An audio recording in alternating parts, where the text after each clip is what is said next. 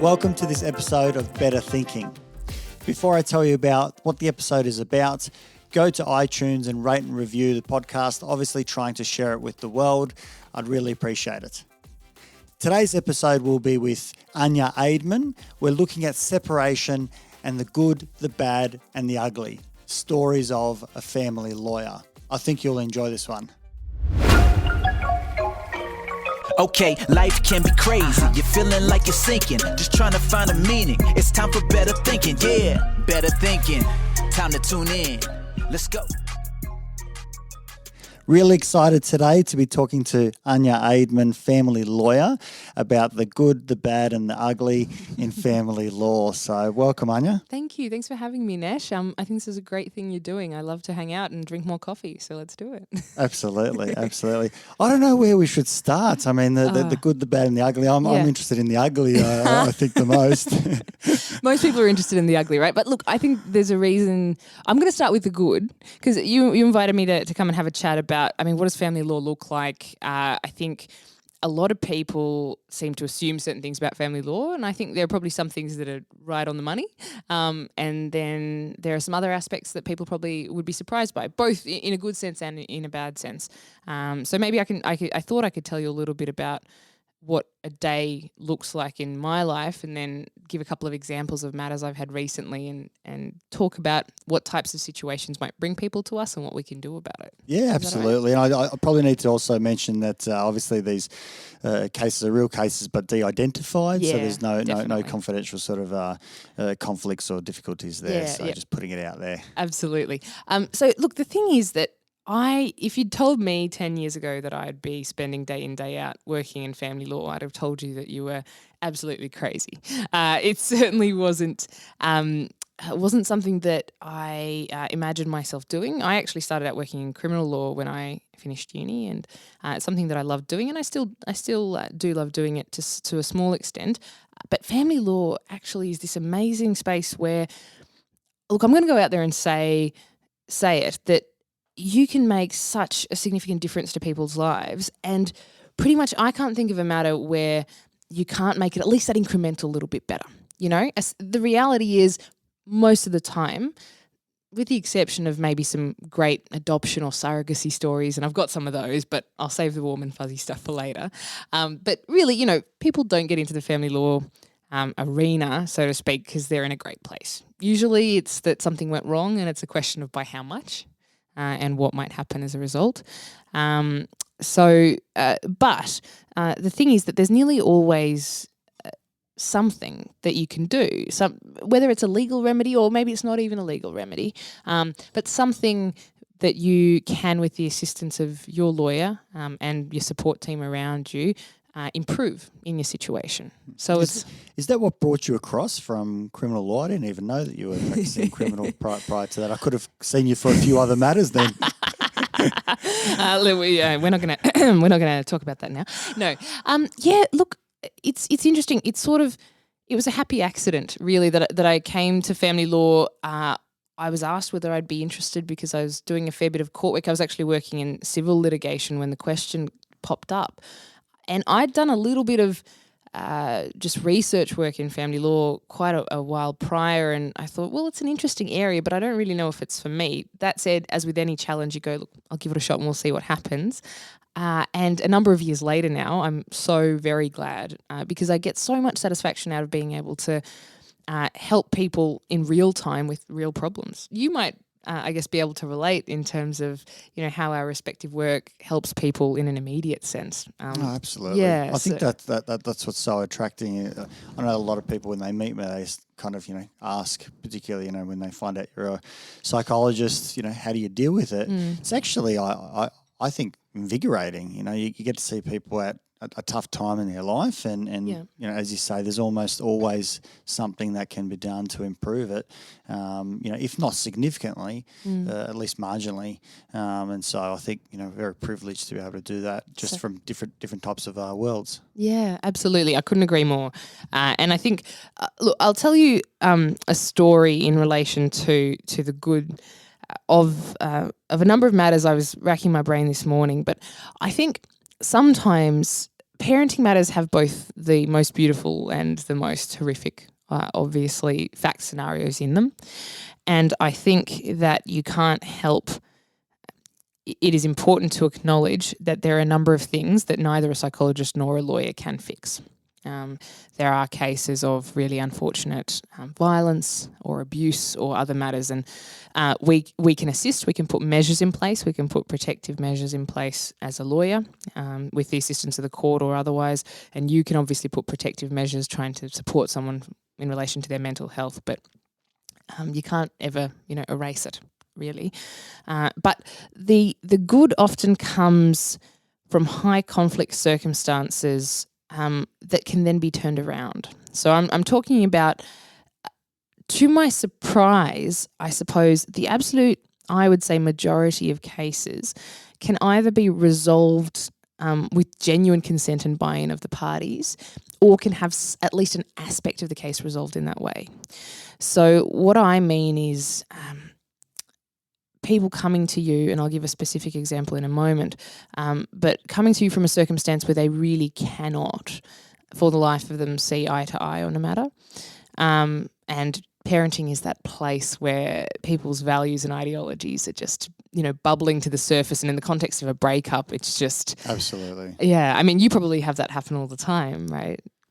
Well, they're those immovable sort of spaces where those two perspectives will not change. And in actual fact, in successful relationships, they don't have to change. They're able to go out and live with those. Yeah. Having said that, there are things that when it's really close to your heart and you feel like you're unwilling to or unable to live by those, ideas, belief systems, rules, makes it very, very hard that two people end up clashing. Yeah. And look, in the context of breakup, I guess what we see is that all of a sudden something that was, lateness or failure to feed the children, what was once something, as you say, that was tolerable because, say, one person cared more and the other one cared less, and there were some remedial factors around that. All of a sudden, you're the other, and so what you're doing is unacceptable. I had a case where the parents were quite high conflict. They were both, I would say, extremely successful in their respective professional fields, but they both saw their way of doing things as the most acceptable way of doing things.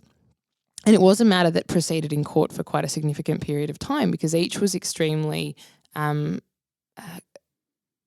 was going to say unrelenting in their view that the children should live primarily with them because of their, I guess, preferred or better way of parenting and seeing those views. It was actually in the context of therapeutic counselling with some of the children that it was able to be seen how much damage that was doing to the children. And I think, to their credit, the parents were able to recognise how the two very different models of what they were enforcing or establishing in their respective households was damaging to the children. So ultimately, they were able to reach a resolution on a final basis, that the children spend a week about arrangements. So in other words, that the children live with one for a week and the other for a week on a regular rotation. And ordinarily that type of arrangement requires a very significant amount of co-parenting, as I'm sure you sort of know from your line of work, because you're trying to get routines and the essence of the children's day-to-day lives in alignment in both homes so that the children can actually, well, the hope is at least seamlessly transition from one home to another and have a substantial and significant time with both parents. And I think that that case, and I'm not saying their problems weren't resolved in the sense that there was still a lot of baggage, and you're never going to necessarily lose the baggage, but I think the matter started from the position of the parents could barely speak to one another. That's how significantly and deeply held the hurt, and a lot of the underlying issues were, and they were eventually able to at least say, well, the most important thing for the children is structure and stability, and we're both mature, I guess, and ethical enough to know that at least in this commitment to our children's betterness, to our children's well-being, we will undertake certain aspects of our lives, I guess, in synchrony. So, it's fascinating. It's fascinating when just you talking about it in that way. Yeah.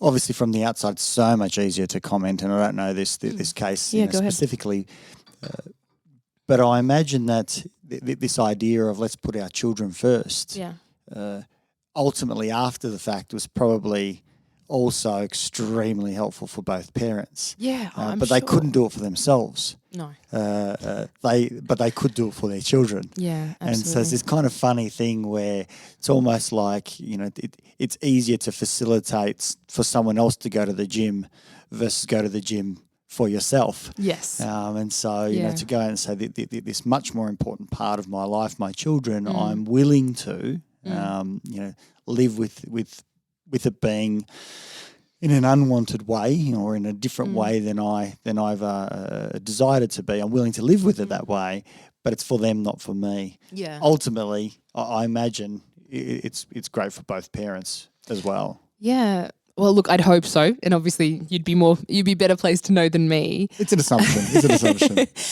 I do think. But there would be less hostility, right? There'd be less hostility. There'd be more teamwork. I mean, ultimately, they've got to go out and go to assemblies together for the kids, and facilitate time at basketball, facilitate time at drama or whatever it is that's happening next. Yeah. So, excuse me a moment. I'm having a little bit of play with my microphone. And I think it's all those. All those daily things that they need to go out and facilitate, which is probably the harder sort of clashing points, which will be like day-to-day care. Something might happen and you kind of need assistance from the other parent, or it would be beneficial to have assistance from the other absolutely. parent. I'm caught at work. And I mean, probably much like you, our starting point as family lawyers is to encourage as much as is realistic, and I'll speak about the circumstances where it's not, but as much collaboration and co-parenting as possible, because the alternative, and it is one that generally is not recommended for obvious reasons, is parallel parenting, and there are a small number of cases where that might be appropriate, and I'll explain those. But realistically, co-parenting involves recognizing, as we've just said, that your children's needs transcend whatever the hell you have going on. Too bad. You're a parent now. You signed up to this gig one way or another, and so you want to be talking about what are our ground rules. A common one, technology. Does the child have a mobile phone? In your house, in mine, when do we take the phone away? It should be the same, or there should be a logical, and I mean, you would know more about this in terms of how my kids aren't yet there, although I tell you, my 3-year-old loves trying to steal my phone. But in terms of, ensuring good parenting, as I understand, it's about consistency, about rules, about boundaries, about respect of those and so forth. And to help both parents, because it causes disruption. Yeah. If one parent goes out and allows the child to watch an iPad, have technology while they're eating, and the other parent has a rule which says no technology. No technology. One parent's probably going to have a harder time every single meal. Absolutely. Especially after a week of being with the other parent. And And it'll be like, unfortunately- well, mum allows us or dad allows us to do this, and all of a sudden, kids start taking sides, or, they're playing one off the other. They do, yes. And so it causes potentially unnecessary or it's avoidable, conflict if both parties are willing to have those conversations. And Absolutely. And I think it's not just what you said before is that, it creates great difficulties for the other parent. Yes, true. But even for a moment, sort of taking a step back and looking at that child-focused view, the parents' experience aside, we know that inconsistency is troubling for kids of all ages because they don't know where they sit. For the more anxious ones, it might actually lead, to genuine difficulties in terms of knowing their boundaries and feeling safe and comfortable and heard. And maybe for the less anxious ones, it still results in difficulties in their interactions with others and experiencing boundaries and learning how to relate to the world in a sort of safe way. What we do know. Stability, routine, Correct. predictability. Right. In both homes. I keep telling this to my kids when, to my 3-year-old when I'm trying to get him to bed. I'm not so much with my 7-month-old. I think she probably doesn't quite tune into the conversation to the same level. But, I do keep telling him that it's the routine. He's not listening though. He still stays up well past his bedtime, unfortunately. But no, look, and here's the thing. There's what we say and there's the reality. But thankfully at the moment I'm not amidst my own family law matter as yet. So what I suppose what I was trying to say is that co-parenting is so vital in recognising that it's important for the kids to transition from household to household. And seamless is probably a very unfair and Sure. unrealistic expectation, but if not seamless, then as you were saying, consistent.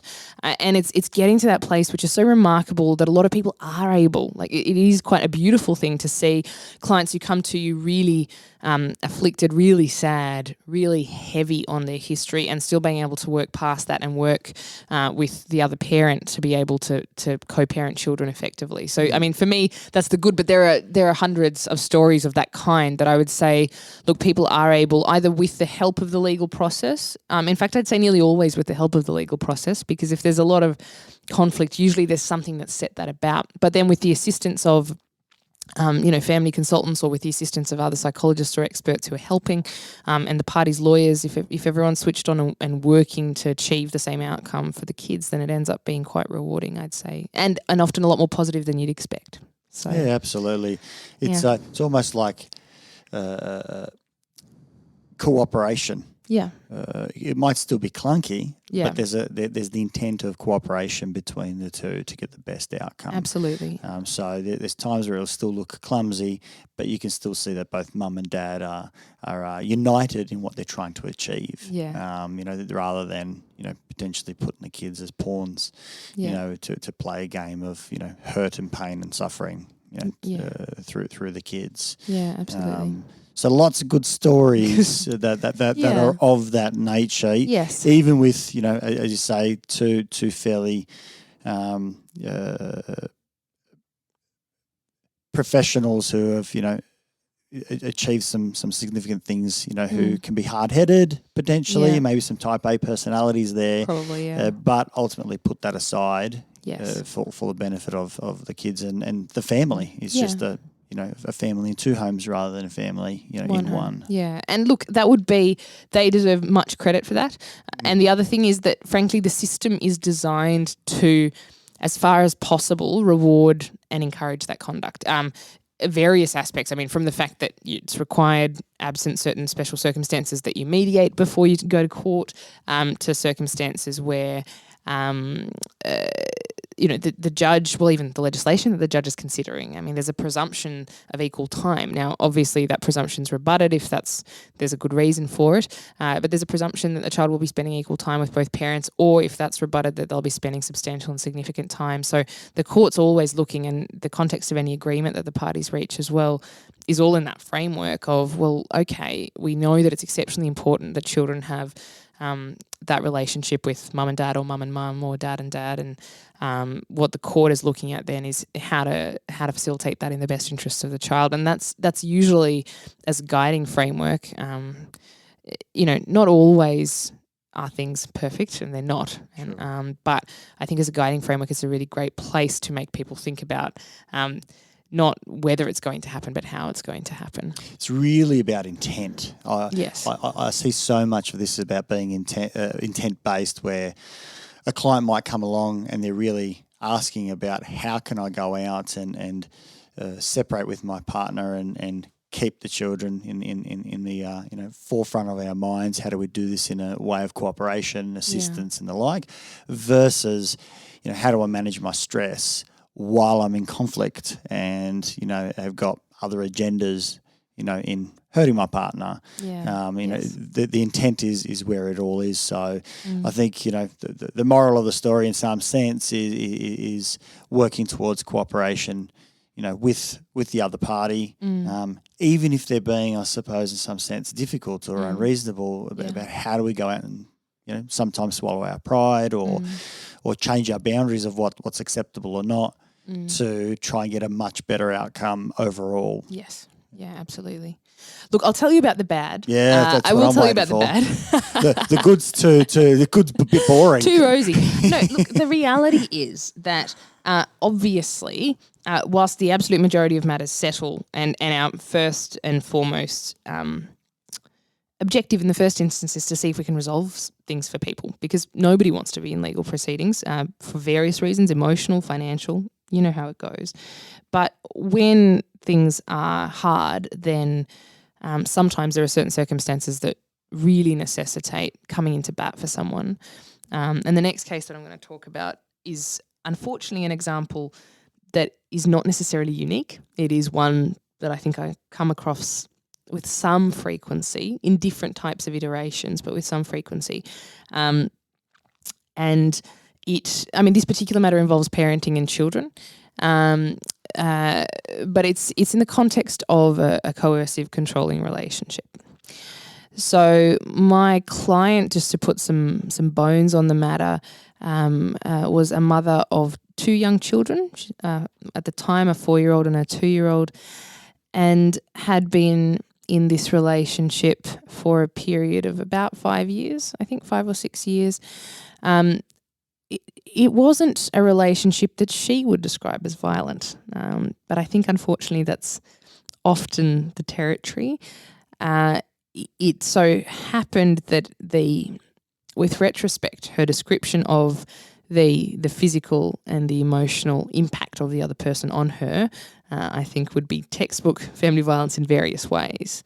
So what was initially probably controlling behaviour in terms of not allowing her access to bank accounts and just giving her cash allowances basically to spend, and not wanting her to see other friends or too many other people, eventually transpired into physical violence, putting a fist through a wall in front of her and a child while yelling, throwing her to the ground and so forth. She did not view herself as a victim of violence at all when she came to see me.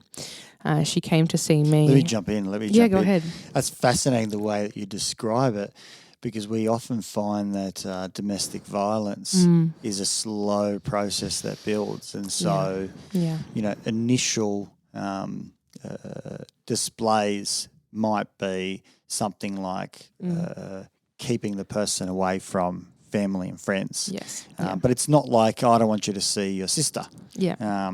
It's kind of like, I thought we were going to do something together. A bit more subtle. Aren't I special enough for you? Or there can be sort of these more gentler versions of why I want to keep you to myself because I love you so much. Yes.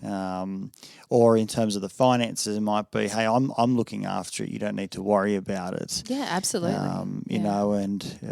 There's kind of the common denominator is kind of like that control that's showing up in multiple places. But it's so much easier for us to see on the outside. Yeah. Than it is to see on the inside, because it's very, very gentle on the inside. Yeah, or even able to see with the benefit of hindsight, the sort of to say, oh, well, I did, want to do that. But when in the moment it was, oh, of course, it's just because he loves me or he wants to do this or wants to do that. So, yeah, it's definitely hard to drill down to. And you would know more about the psychology behind it, I suppose. But it's definitely the case that often people don't, the moment you start putting these things down in an affidavit, when people can actually see their life narrated, it grows. It grows. And the picture you can see is much more, I suppose maybe it's the same as reflecting with a psychologist, but all of a sudden you're thinking, wow, when you look at all of them lined up, it's a fair bit. What were you going to say? In terms of how far it develops, it goes from, raising the voice to slamming a door, walking out, and then, becomes slamming something on the table, to throwing something, to punching a wall and throwing someone themselves, or sometimes it's even grazing. Sometimes it's even kind of pushing them aside to get out of the room. I wasn't hurting them. I was just giving them a push because I wanted to get out of the room. Yeah, absolutely. And it's hard because it's really important not to let this type of work affect you too much personally, but I do feel very strongly when supporting clients in these types of matters that it is not for me. I'm not a psychologist, and I'll always encourage them very strongly to obtain the best help that they can outside of that. But I do feel very strongly about family violence not being diminished or explained away or rationalised or contextualised away. Those are really common for people to say, oh, well, it was an argument about this and that, or we were both violent or whatever. And sometimes, we as a society, thank God, are evolving to a place where we call people out on bad behaviour, and not just on bad behaviour, on unacceptable behaviour, on criminal behaviour.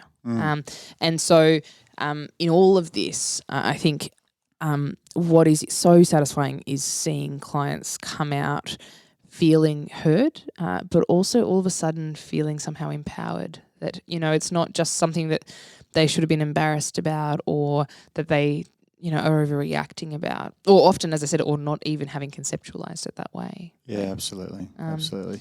Go back to what happened, putting all the pieces together, starting to kind of recognize that this isn't a one-off, or, can't be just contextualized away. Yes. What happened then?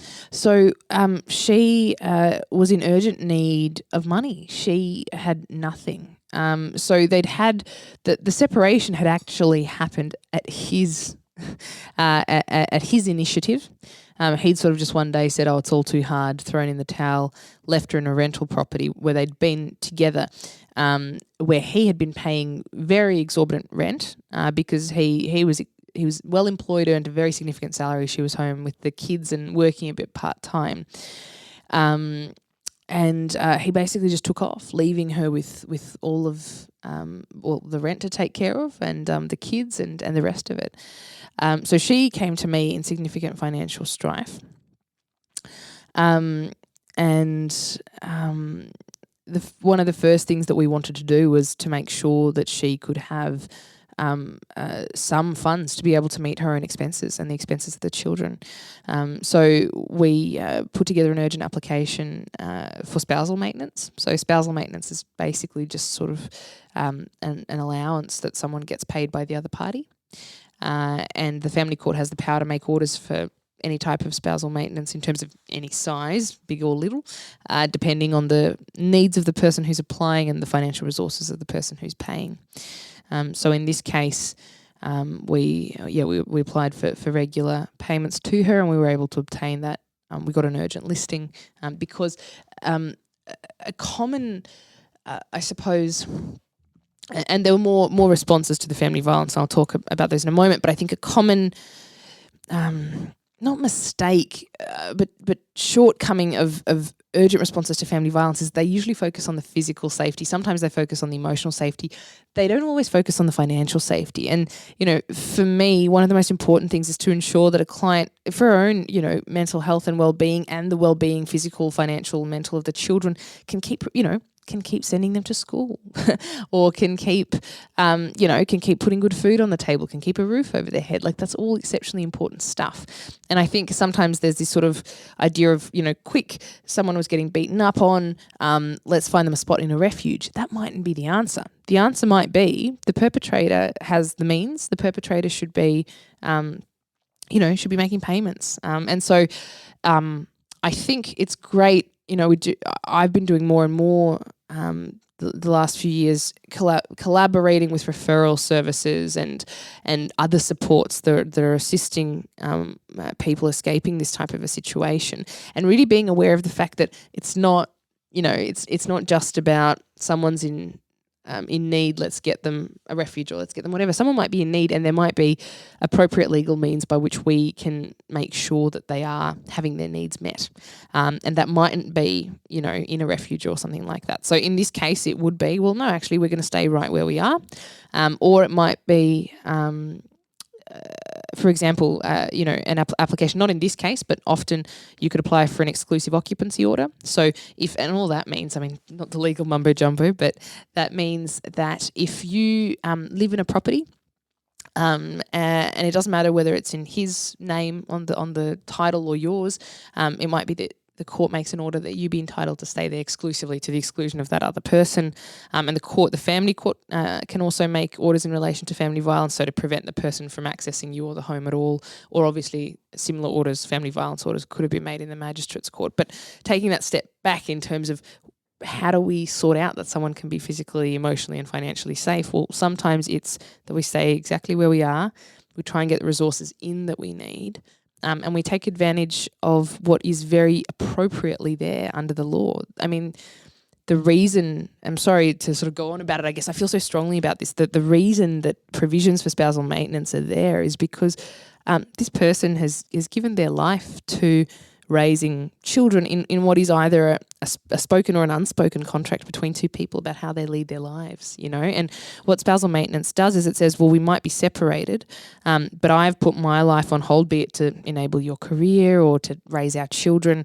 And as a result, I currently don't have an income. And you should be required to support me in the same way. And that's over and above what you'd otherwise be paying for child support or child maintenance. So in that case, we were able to obtain that urgently. And we were able to stay in the house. And we were seeking orders in relation to how basically joint debts be treated.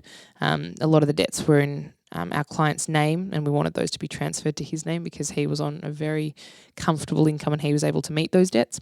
So same as with property, you know, it doesn't matter whose name a debt's in, it can be apportioned to one person or the other. And so I think it was just a matter of taking that pressure off. So creating the ability for her to create a safe environment to recover, to basically rehabilitate herself, the children, from all the harm that had been occasioned, the physical and the emotional harm.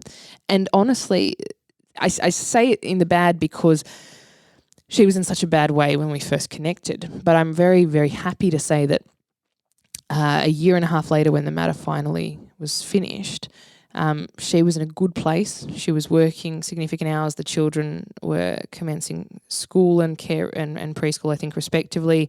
And even the other party had eventually developed, they had by agreement developed a co-parenting relationship of sorts where he was spending some regular time, nothing is perfect, but spending some regular time having made amends and continuing to pay a pretty significant amount of money to our client moving forward. So, yeah. How long did that matter take? Look, I think about 12 months, that particular matter. Courts have significant delays. There's no... I was going to say, that sounds fast, or... Look, I'm going to say... Or they came to an agreement. They came to an agreement. Look, courts don't have as many delays as people think. In terms of a matter, you might be looking from start to finish at maybe 18 months if it's a complicated matter where you need a few days of the court's time. But you've got to remember that it's not that final hearing that you're going to really. 95% of all matters settle at one stage or another. Not necessarily they all settle at the beginning, but they might settle somewhere along the way. Interim wins are really the big wins we go for because that's what people need. That's what people need in the moment. If you go into a final hearing, then chances are there are some very intractable views because you have a lot of opportunity to negotiate or mediate things away if you can. On an interim basis, though, I might be looking to get urgent spousal maintenance for someone. And, if I apply and say that there's immense hardship, there are young children, I might get on in a week. So I might, file today and get on next week. Certainly if there are children's risk issues or recovery orders, I've filed before and been on the next day, 24 hours later. So the court absolutely has time for important and urgent matters. So it is a matter of, I guess, strategically picking which battles are more important. An important battle might be, I want to stay in the house. I want to get that exclusive occupancy order, as soon as possible, a couple of weeks from now. And that's what matters to me because in the end, I intend to see if I can refinance and buy him out or whatever. So there's a lot of urgent remedies there available. There's no way to skate around the fact that courts can be clunky. Courts can have delays. Absolutely. We've been lucky here in Canberra that we've had more judges for a period of time. That's not always the case. we may. What happens then? Is it literally that Yeah. there's more applications than what the court can handle, and so it becomes a priority sort of basis, and there's just means there's a lot more high priority things that are on the waiting list than you usually would because you just can't clear them. You can't have them heard. Yeah, look, it is, of course, it's a priority basis. Parenting matters concerning the safety of a child. Those will always be listed first. But urgent property matters are also, and I should preface this with, we don't have necessarily a crystal clear understanding of why the registrar of the court or the judges of the court make certain decisions around listing, but we can see patterns. So in my practice, I can see that, I file an urgent recovery matter. I have been a couple of weeks back, I was listed within 24 hours. Brilliant. I file an urgent spousal maintenance order. If I'm lucky, I might get on in 7 days. More likely, I'll get on in 14 to 21 days, just because of what I've observed to be the loading of the court. But it is possible to get on quicker than that. Usually, for urgent spousal maintenance or urgent property applications, you're trying to stop someone from selling a property that's not in your name but to which you're entitled equitably under the Family Law Act. You're trying to get an application for spousal maintenance so that you can keep paying your bills. You're trying to get an exclusive occupancy order so you can stay under the roof. So there are important and urgent matters for the court to consider. So the registrar does tend to ensure that the judges can get to those types of matters as quickly as possible. But yeah, as I said, of course there's an order of priority. From my perspective, strategically, it's often really important to win that first. I don't want to call it a battle because it does make it sound a little bit too combative, but you really want to get over that first hurdle. You get your first application or what you're seeking granted, and then there might still be an enormous amount of scope to negotiate or mediate or resolve the remainder of the matter. A lot of the time, actually, the court making decisions takes a lot of the heat out of what people otherwise had going on. I know that sounds a bit counterintuitive. What do you mean by that? Yeah, so I know it sounds a bit counterintuitive, but almost having a third-party decision maker have to make some hard call depersonalizes some of that negotiation. So to give an example, there's often a lot of discontent and baggage around who should stay in the house. And look, more often than not, I'm going to say the person who's got primary care of the kids or who has other reasons under specific part of the legislation that looks at those provisions, Section 114, you don't care, of the Family Law Act, someone who meets those particular criteria is more likely to get a sole occupancy order. But at the time it's heated, it's my home, I was here before we got together or, whatever it is. Having that a third party, the judge, make a decision in a matter like that often takes the heat out of it because all of a sudden someone's made that decision. All right. So I've left, and all of a sudden, actually, now that I think about it, maybe I'm better off renting a townhouse that's walking distance from my work. I'm still going to be spending time with the kids. Fine, you have the house. I don't really care. Now all of a sudden we're going, okay, caring for our kids. How are we going to care for our kids? We've got this incredible ability to sort of validate the decision and go, I'm better off because of that. Correct. Even when we'll fight and kicking and screaming prior. Absolutely. We still need to somehow live with it, and yes. So we can fairly quickly and easily come up with another story that says, rationalize. I won. True story. Yeah, true story. But and I also think sometimes I say to clients, look, we'll put our best foot forward because if I'm on the responding end to this and I want to stay in the house, look, we're going to run the best case we can. One way or another, the judge will decide, and then what's our next step? Because ultimately, as you say, as human beings, we're so resilient, we're adaptable. And there's always something that can be done to improve the situation. Okay, great. You want to stay in there? Brilliant. Well, you're going to pay me more money because I want to take that money, put down a deposit and refinance. There's always something in it. Sure. There's a good way you can spin it. So I guess what I was saying is, yes, you want to strategically win that first encounter with the court, or you want to get orders similar to what you seek. But there's so much opportunity after that initial issue is diffused, or some of the initial issues are diffused, to say, okay, but what's next? And next it might be, all right, well, we're in agreement then. You want to stay in the house and I won't. Can you afford to refinance it into your sole name? The boring stuff, but the stuff that matters. But it's important. And the court needs to look at that as well. In letting you stay there, can you refinance? And then all of a sudden we're off to the races. Okay, well, I want a new place. That makes sense because I've got a new partner, or that makes sense because I want to do something else. And so there's opportunities there. So, I mean, this was a slight digression from your comment about how long. It can be very long. Sure. And it can be very long for people in intractable positions, or, for example, someone saying, look, they're harming the kids or they're alienating the kids. That's awful. The weight is awful. And I guess that brings me to the ugly. So the good, the bad, and the ugly. Sure. I want to one we're all waiting for. Look, I'm going to talk about it. Regrettably, I've had a number of cases of this type of nature, and it's heartbreaking, and it's alienation. So cases of alienation, for those who've been fortunate enough not to experience it in their life, involve children either for no apparent reason or sometimes for contested reasons, developing a very strong antipathy towards a parent, or in other circumstances, younger children who are basically prevented from developing a relationship with a parent. So some examples that I currently or have recently dealt with include a 3-year-old who has met her father once since she was born, and there's a hotly contested case about whether there was previously a hotly contested case about whether she should see him at all. And, another case where there's a 10-year-old who used to live with dad, spend lots of time with mum and dad, and who has since basically flat out refused to go spend time with dad.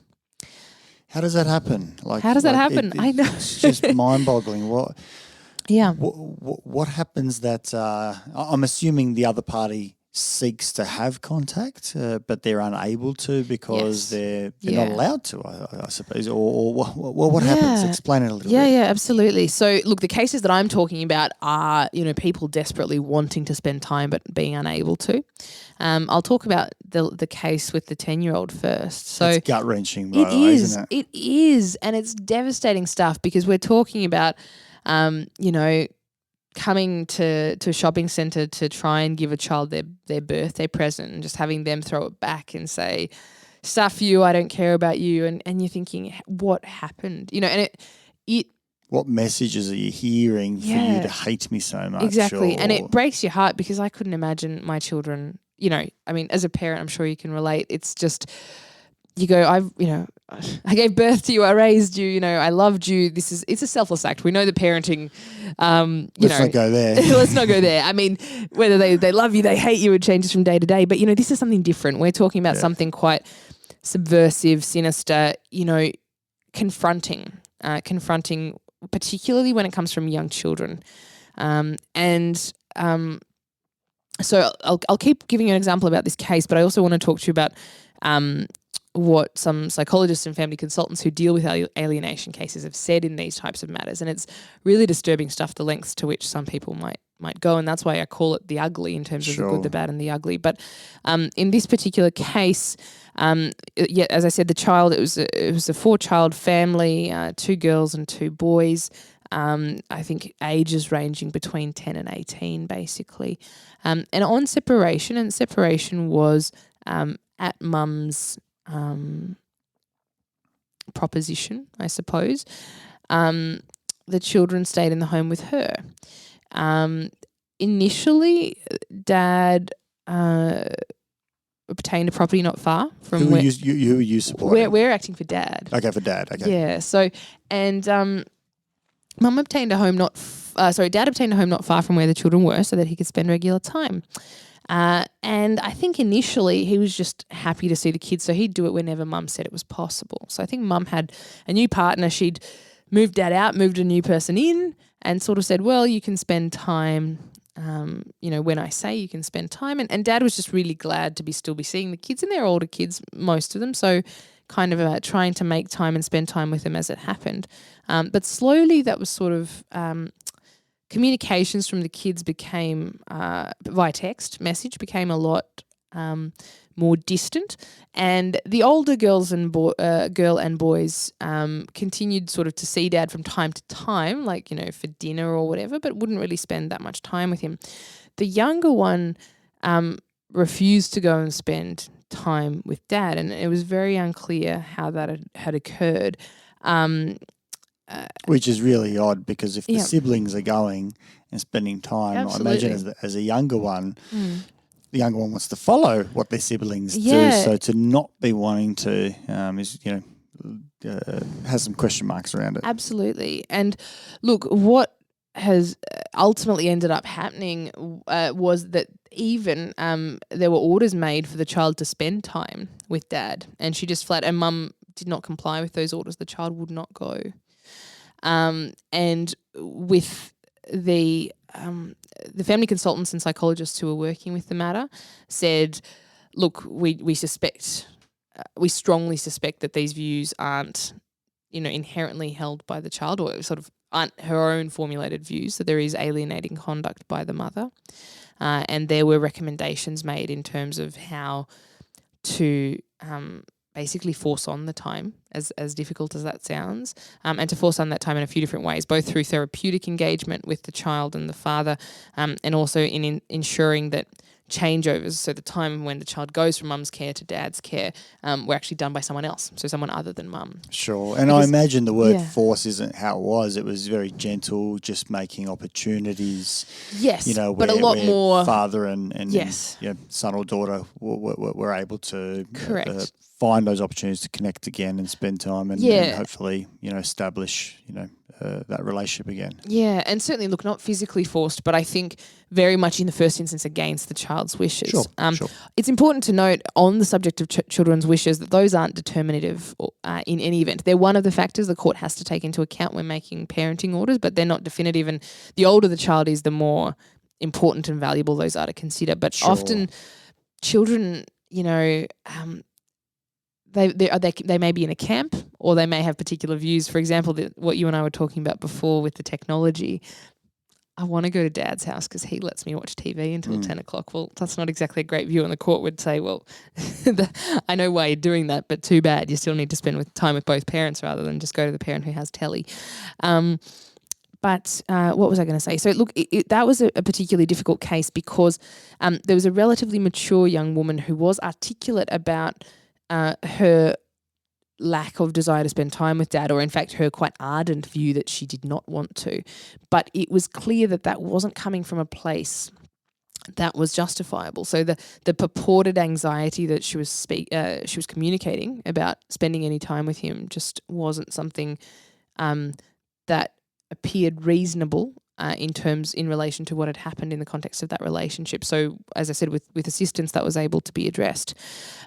What we find, another case that I had was, it still affects me really deeply, this particular case, because it was a genuine case, I guess, I'm going to say of alienation, but it's sort of, it never began.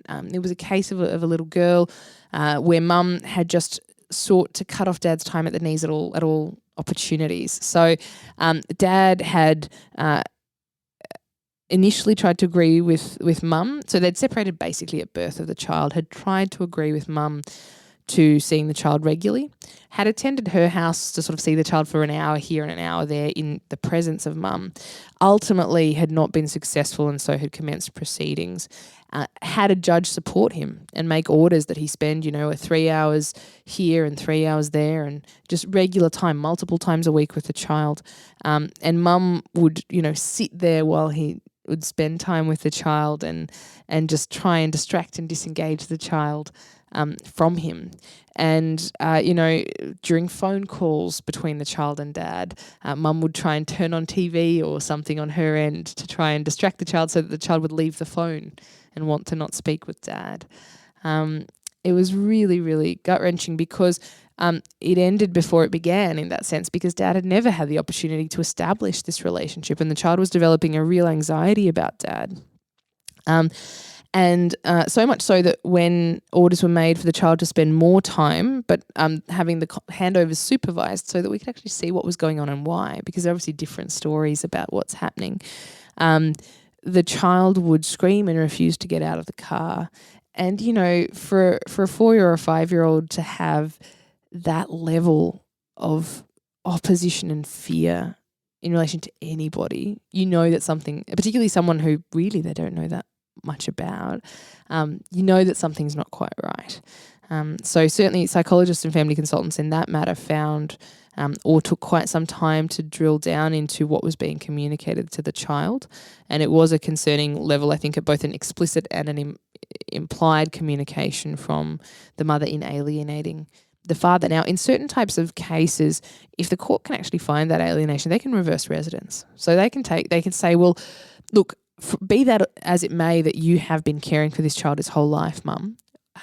The importance of a relationship with both parents is so significant. In fact, it's a paramount consideration under the Family Law Act that we're going to place the child with someone who hasn't cared for her, who hasn't lived with her, because we need that time to be reintroduced. And whilst this is not in the best interest, whilst it's not best for the child immediately, it's in the child's medium and long-term best interest for this to occur because, for example, in this particular case, dad might be able to facilitate a relationship with you, whereas you won't facilitate a relationship with dad.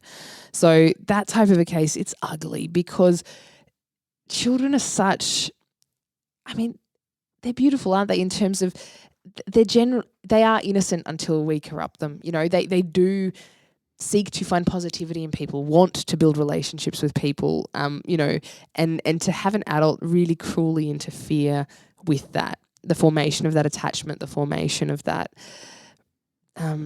That's really ugly. It interferes with the safety as well of the child, and it's devastating. And I can't imagine what it would feel like as a parent, knowing that you're a parent of a child, to have that child A, barely recognise you as a parent, and B, be fearful of you for no good reason. I should say that can, in a substantiated way, that it can be demonstrated that there hasn't been anything to have happened between that person and the child. Super, super ugly in the psychological perspective as well, where it ties into those very, very much developmental formative years, and particularly if we look at attachment theory and some of the experiments that psychology has offered, probably the most famous one is Barlow's experiment where Reese monkeys were taken away from their mothers, and they were given an option of two fake mothers to go to, which were effectively just a wire mesh, kind of like what you would do, like a chicken wire type mesh mum with a bottle, and a chicken wire mesh one with fur on it. I've heard about this one. Yeah, it's bloody horrible. It's ugly. It's very ugly. Yeah. And what they found is that the monkey would pretty much always go to the mother that was warm that had and had fur because it was looking for that emotional connection above and beyond the food. Yeah. It would still obviously jump across and take the food from the other, but there was no bond there. It was purely just for survival, and then it would go back to the other mother. We know that in psychology, trauma is very much connected with attachment. When there's a trauma to a child, which abuse, alienation, etc., can instigate that, it changes brain development. It changes personality. Yes. It changes a lot of things pretty much for the lifetime of those children. It puts in these biases. So it's incredibly destructive, incredibly ugly for someone to be at that level to harm a child really for much longer than just trying to get that child to be away from their father or in other cases, I'm sure, from their mother or other parent. That's bloody horrible. That's ugly stuff. Look, and I'm pleased to say that, as I said, it is a very small minority of cases, and courts can't fix everything, unfortunately. But there are many things that can be done. So, as I said, courts, family consultants, psychologists can assist with trying to repair what we can with a child. And often, as I said, in those very specific types of cases, it may be that a little bit of trauma is justified for what is ultimately viewed to be that develop attachment. It makes so much sense. To develop it, yeah. So it's very infrequent in family law matters that residence is reversed, but that is possible. So I don't want to end on a bad note about the good, the bad, and the ugly. Let me jump in because I've had a number of clients who had those types of experiences, not necessarily at that level, but some quite similar. One of the things that I always encourage my clients to do is to actively position themselves in the child's life. But I always talk about it as a campaign. Yeah. Because that's what it's going to take. And so the campaign consists of phoning the child, depending on what age, texting the child, social media platforms so you can connect in that way. Letters if you think they can get through, making yourself available so that you can bump into them. Even things where I've had some very clever clients who've advised their children about something that's going to signify that their parent is thinking of them, and then putting them around Canberra so that the child on the way to school sees that parent, or at their sporting events or whatever it might be, and there's something so powerful about that bond beginning to develop. But it's a campaign, I think the parents that are able to do that are those that feel that they've got a bit more of a locus of control over their life, where they can be persistent, they can be determined. It is about patience and persistence, isn't it? I mean, nothing is fast in that space. Nothing is fast in that space, and creating opportunities, particularly because the first potentially 100 contacts might be, go away. I don't like you, I hate you, you're the worst person, etc.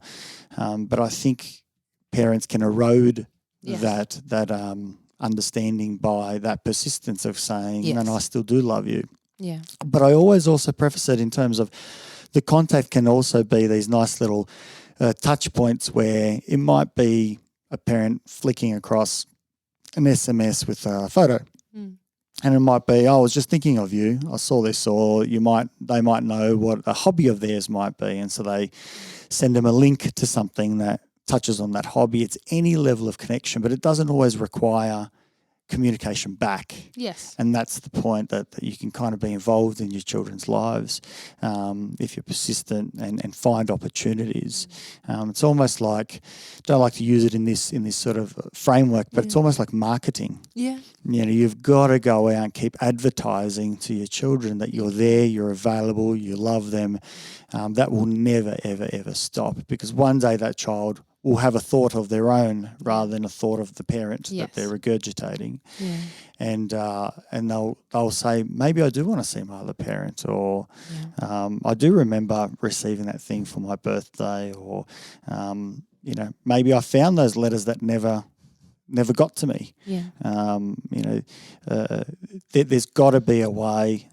We've just got to be patient. Sometimes it takes years, unfortunately. Yeah. Other times it happens quicker, but parents can get very inventive, like the one that I mentioned. Yeah. Putting specific things around to go out and say, whenever you see X, remember, Dad was there. Yeah. And it was there to tell you that I love you. It's almost like when the moon comes out, think of me. But this is even more precise. Yeah. Well, and also you're making the effort to put the thing there. Oh, absolutely. And let me tell you the stories I've heard. I'll tell you what, it was one of the most enjoyable sort of things to hear, because there is that you, and it actually becomes a very unique bond as well. So it's quite beautiful. And that happens in the ugly as well, I suppose. Yes. And look, I completely agree, but I'd also say a lot of this transcends the breakup. The reality is, we are built that way as parents to, get less than we give, so really it's just taking that to that extra level to client, well, for me to clients, and it sounds like for you as well, and saying, look, we're in this for the long haul. That's okay. We practice patience. We practice consistency, and hopefully, like I said, in majority of cases, the system does support you. The system wants a child to know its parents, to know family, to have a meaningful relationship. As I said, there's even a presumption of equal time, presumption of substantial time, if not equal time, and the paramountcy of the relationship with each parent. So you need so much to to be different in that matter, to invite a court to go away, to depart from those. Now, obviously, that's in the background. The reality of day-to-day life, as you say, like how do we actually get them, all well and good to have a court tell me I'm in the right.